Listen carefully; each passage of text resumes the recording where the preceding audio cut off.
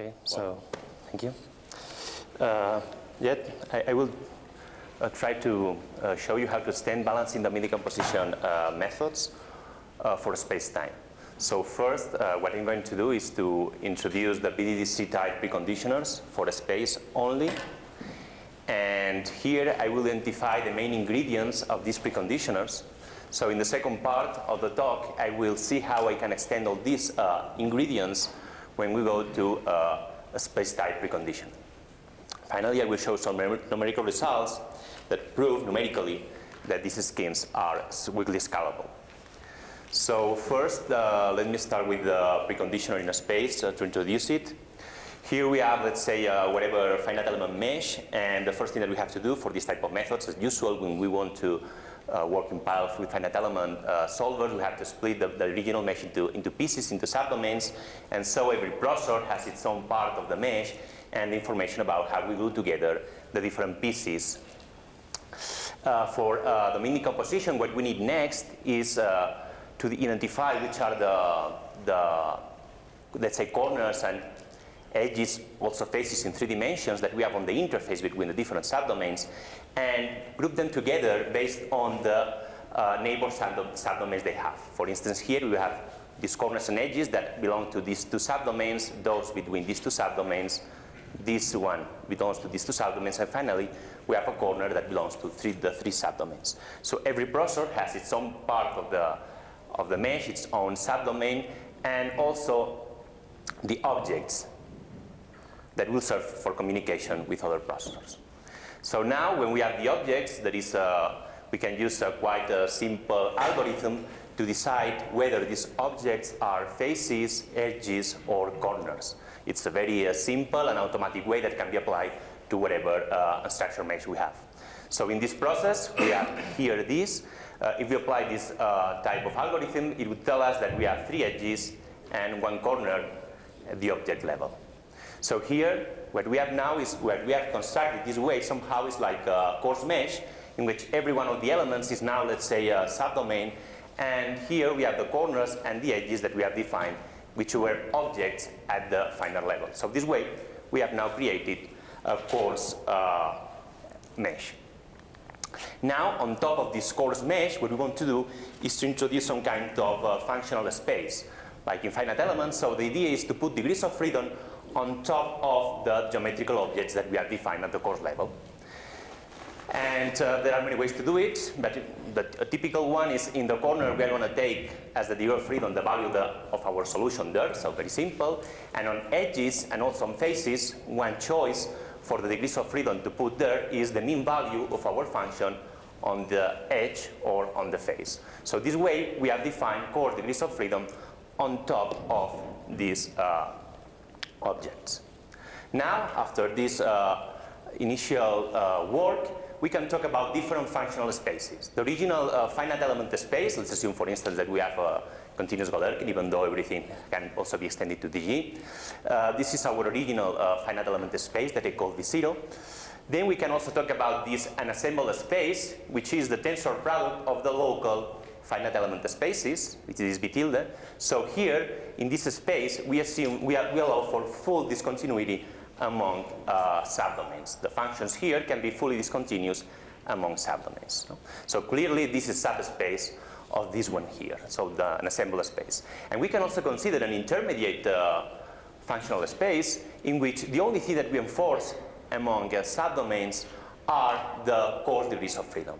So here, in this space, the only continuity that we are enforcing among these 3 subdomains is the value on the corner has to be the same, and the mean value on the edges has also to be the same. So this is the B-bar space, and it's very important. This is a key ingredient for BDDC methods.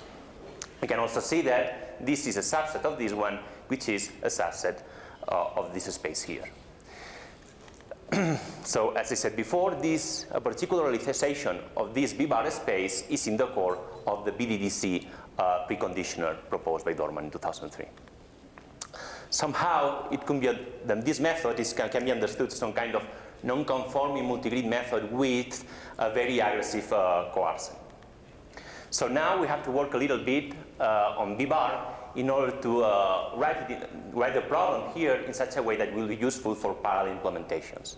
So here what we require is the following decomposition. We take the B bar space, this is a space with continuity only on coarse degrees of freedom, and what we do is to split this space into two parts. The bubble component, which is the one in which we enforce the function of the coarse degrees of freedom to be 0.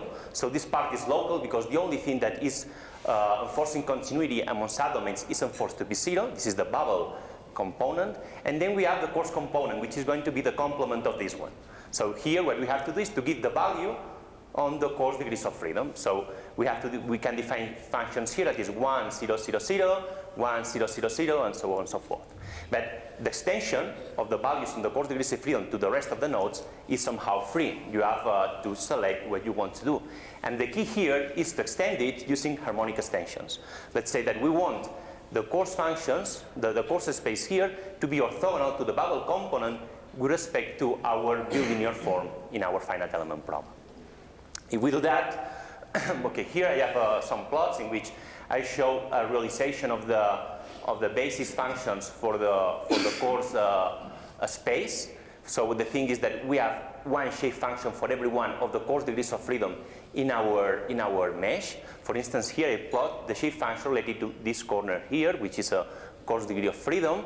And here we see the function that is obtained enforcing our solution to be 1 here, 0 mean value in the edges, 0 value in the rest of the corners. And what we observe is that this function, it can easily be checked, only has support on these 3 subdomains. So to compute this function is something that you can do in parallel. Every subdomain has to compute its own part of every one of the shape functions related to all the degrees of freedom that, coarse degrees of freedom that it has. So there is something that we can do in parallel, and the same for edge-type coarse shape functions. So this is this way we can explicitly build a coarse basis function with this orthogonality property. Now, the key, if I said, for BDDC methods is to solve the problem in this space of very relaxed continuity. And now, what we can do is to exploit this decomposition I presented before and to rewrite this problem as these 2 problems, the bubble component problem and the coarse problem. And since we have this orthogonality property, when we have extended the values in the coarse space, these 2 problems are decoupled. So this first part, the bubble component, is embarrassingly parallel. There is nothing to communicate among subdomains. This the nice part. The coarse problem is the one that we need for scalability, but on the other hand is the harder part because we have to deal with this when in the parallel implementations. But it's very important for us that these 2 are decoupled for having extreme scalability. So we have been working on that quite a lot, and we have proposed an overlap implementation in which we have coarse for finite coarse components, recursive, in which the thing is that now we can put multiple levels because the coarse space has the same structure as, almost the same structure as a finite element space. It's a very sparse matrix. So you can apply BDDC again and you get a multi-level method. So we have an overlap, recursive, multi-level BDDC implementation that we have presented, and based on this, we have very nice scalability results, as we will show. So just the summary, the BDDC preconditioner requires to start with our finite element space, consider a space with relaxed continuity, this V bar space. Then we need to define an injection that takes solutions here and pulls them back to the original finite element space. Simple, for instance, okay, in the simplest case, this is just weigh the values and add them. No? So this is like take mean values here to go to here. No? So this is simple. Now the most important thing is we have to solve the problem in this V bar space using this decomposition I presented before. We take a solution here, and now we inject it in our original finite element space. And finally, we take the values on the interface and we correct again in the interior in order to have 0 residual on the interior nodes. So this is the harmonic extension operator, the last part in the BDDC preconditioner. So this is the BDDC preconditioner. These are the main ingredients that we need. And here are some results. This is a 3D Laplacian in an structured mesh, and uQueen. We have played with different local problem sizes, and we see 3 levels. This is a number of iterations. This is time, but in general we can see that We can go to the whole supercomputer, which is almost 500,000 processors, and time remains practically constant or constant in a weak scalability analysis. We have also played with unstructured meshes. It's harder with unstructured meshes because it's not so easy to have perfect lines, since the load per processor can change and all this. But anyway, we can see very nice weak scalability results there for unstructured meshes. We have also applied that to the elasticity problem. Again, the same thing. We have played with different local problem sizes, and we got nice weak scalability plots for the whole supercomputer machine. Here we did a subscription, and we put 4 processors, 4 MPI tasks per processor. We reach almost 2 million subdomains. And for instance, here we have the result with only 1,000 finite elements at the fine level. So it's a very small local problem. But even with this very small local problem, when we put 4 levels, we can fully mask the coarsest problem and have a nice weak scalability result. So for the moment, so far so good. We have a nice space-only preconditioner based on multi-level balancing domain decomposition methods. But the problem is that it only extracts concurrency in a space, and we have problems, for instance, in turbulent flows in which we need to solve thousands or even millions of time steps. So we wanted to go a little bit further, and we wanted to see whether we could extend all this machinery to full space-time parallelism. So this is the target of this talk. I wanted to go and see if we can extend all the framework that I have presented before to space-time. So now, as just a reminder of the key ingredients that we have in a BDDC method. On one side, we have to define the unassembled operators. This is important because this is a non-conforming type solver. We require to go to an assembled space in which we have to work. So we have to define somehow these unassembled operators. That's very easy when we have continuous Galerkin methods, but when we go to space-time, we have to work a little bit on that. Related to this, we have to define the unassembled spaces in which we have full discontinuity among subdomains. Again, very simple for continuous Galerkin, but not so simple for when you go to time.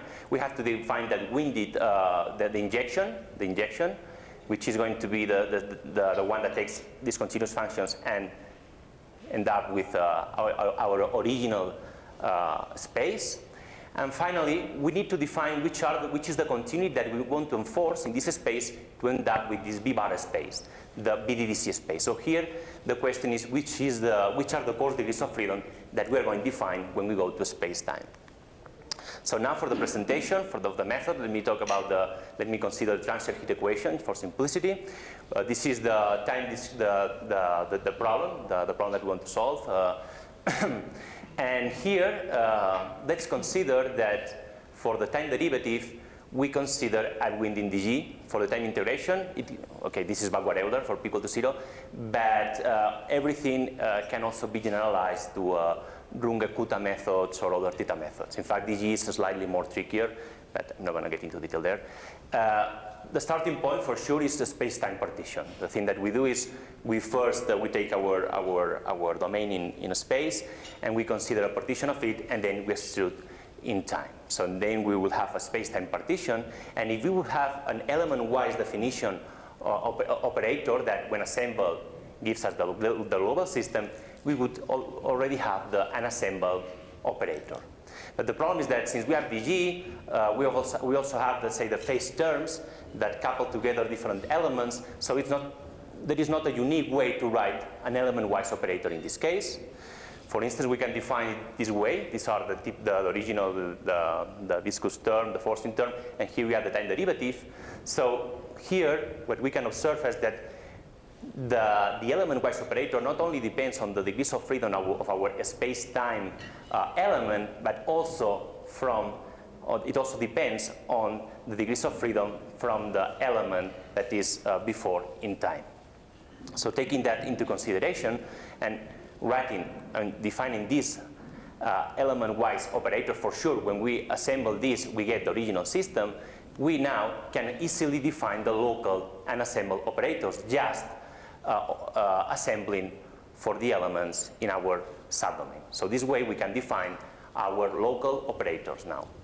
And the spaces, the local spaces, are going to be the spaces that have degrees of freedom that are active in this operator, and are all the nodes in our space-time partition, plus also nodes in this phase that come from the previous subdomain in time.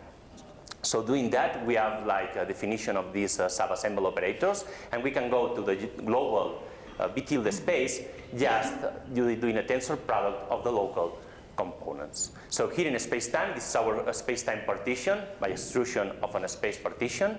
Here we have this B tilde space of the subassembled space, in which here we can observe that we have replicated the values in this phase because we also need it in the next subdomain.